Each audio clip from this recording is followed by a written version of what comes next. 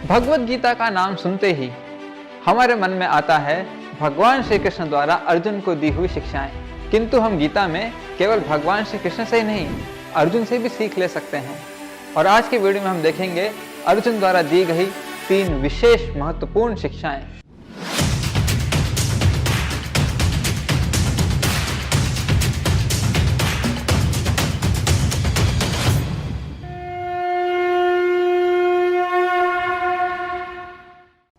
हरे कृष्णा, गीता अमृत में आपका स्वागत है।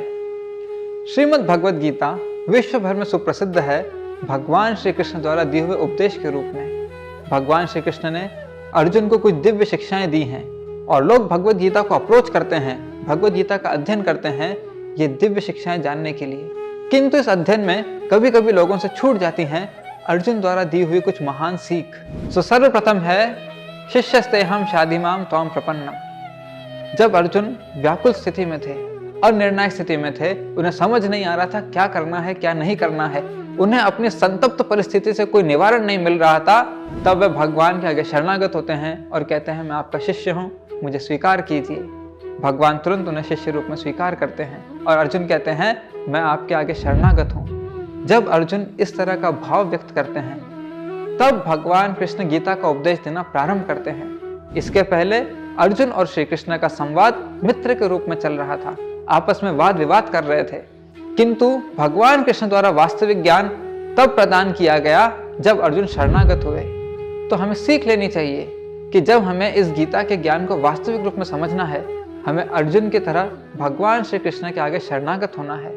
शरणागति का अर्थ है बिना वाद विवाद के, बिना तर्क के, बिना किसी जोड़ तोड़ के भगवान के दिए उपदेश को स्वीकार करना, उसका पालन करना, उनसे कोई चुनौतीपूर्ण रूप से प्रश्न नहीं करना। जब हम इस भाव से, इस विनम्र भाव से गीता को सुनते हैं तब हमें गीता का पूरा पूरा लाभ मिलता है। दूसरी शिक्षा है सर्वम एतद् ऋतं मन्ये यन्माम वदसि केशवा। 10वें अध्याय में अर्जुन भगवान श्री कृष्ण से कहते हैं हे भगवान, आपने मुझसे जो कुछ कहा है उसे मैं पूर्ण रूप से स्वीकार करता हूँ। सर्वम एतद् ऋतं मन्ये, मैं मानता हूँ आपने जो कुछ कहा है वो सब। अक्सर ऐसे विद्वान या मनीषी लोग होते हैं जो गीता पर अनधिकृत रूप से टिप्पणी करते हैं। सो वे कहते हैं हम गीता से अच्छी अच्छी चीजें लेंगे और खराब खराब चीजें छोड़ देंगे। किंतु अर्जुन भगवान के पूर्ण ज्ञान में है। अर्जुन जानते हैं भगवान श्री कृष्ण तो परम ब्रह्म, परम धाम, पवित्रम परमम भवान है। उनके मुंह से निकला हर शब्द मंगलकारी, हितकारी है, उसमें अच्छे या बुरे का कोई प्रश्न नहीं है। सो अर्जुन हमारे समक्ष ये भाव रख रहे हैं कि जब हम गीता का उपदेश सुनते हैं, हमारा ये विचार होना चाहिए कि भगवान द्वारा बोला हुआ हर शब्द हमें पवित्र करने के लिए, हमारे सुषुप्त भक्ति के भाव को जगाने के लिए और हमें यहाँ से कृष्ण लोक ले जाने के लिए है। इसमें अमंगल का कोई प्रश्न ही नहीं उठता। जो कुछ गीता में कहा गया है सब कुछ परम मंगलकारी है और हमें स्वीकार्य होना चाहिए।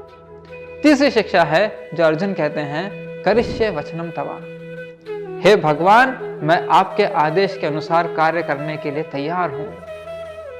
अर्जुन जो पहले अपने कर्तव्य से विमुख हो रहे थे, युद्ध करने से मना कर रहे थे, किंतु गीता का उपदेश सुनकर जब उन्हें आत्म साक्षात्कार का बोध हुआ, भगवान के साथ अपने संबंध का बोध हुआ, अपने कर्तव्य का बोध हुआ, तो वे कहते हैं कि हे भगवान, अब मैं आपके आदेश अनुसार कार्य करने के लिए तैयार हूं। वे ये नहीं कहते कि अब मैं युद्ध करने के लिए तैयार हूं। वे निर्णय भगवान पर छोड़ते हैं। यदि भगवान कहते अर्जुन हम युद्ध समाप्त करके यहाँ से वापस लौटेंगे, तो अर्जुन उसके लिए तैयार होते।